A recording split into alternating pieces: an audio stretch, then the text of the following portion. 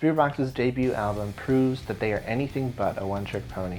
By serving up a track list that is so varied, it bends the laws of genre to fit the needs of the band. Courtney, Mike, Bill, and Zev show both restraint and virtuosity on every single track.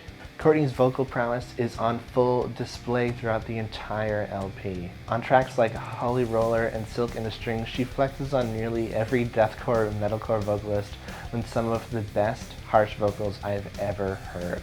Because of her regularly changing vocal approach, I never found myself getting bored of any particular timbre or style because I knew something else was soon to follow. Her clean singing on this album is on full display as well.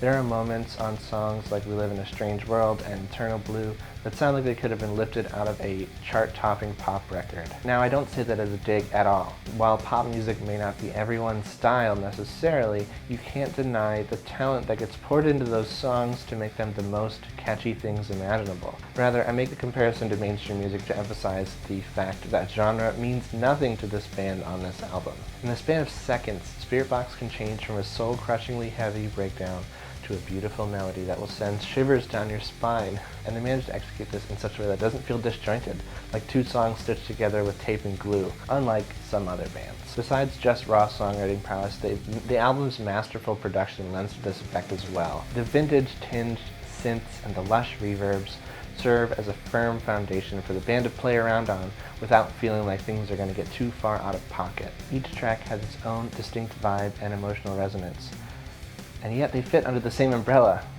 feeling as cohesive as even the headiest of concept albums. Mike Stringer's guitar work is the highlight of the album for me as well. He has this ability to write riffs and hooks that are so enticingly catchy that you'll find yourself bobbing your head and tapping your foot as if you were being puppeted by the man himself. Not to mention his nearly perfect guitar tone. If I ever find myself trying to play this music with my own two hands, that is the exact type of guitar tone I want. It is both clear and biting, grungy and intelligible, and above all, it is punchy.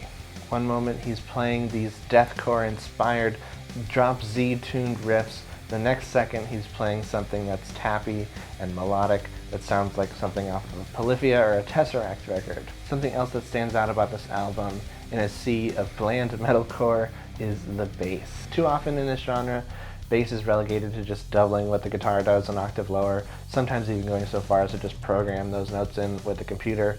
Not so on Eternal Blue. There are so many moments on this album where the bass gets to shine through in the spotlight.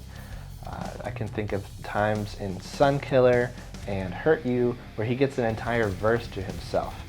The music strips back and just shows the firm foundation that's been there all along underneath the guitar and underneath the amazing harsh vocals. The newly official drummer Zev adds so much to this album as well. His machine-like precision helps to anchor the complex polyrhythms served up by Mike and Bill that gives you an unmistakable groove to bang your head along to, and it's very appreciated.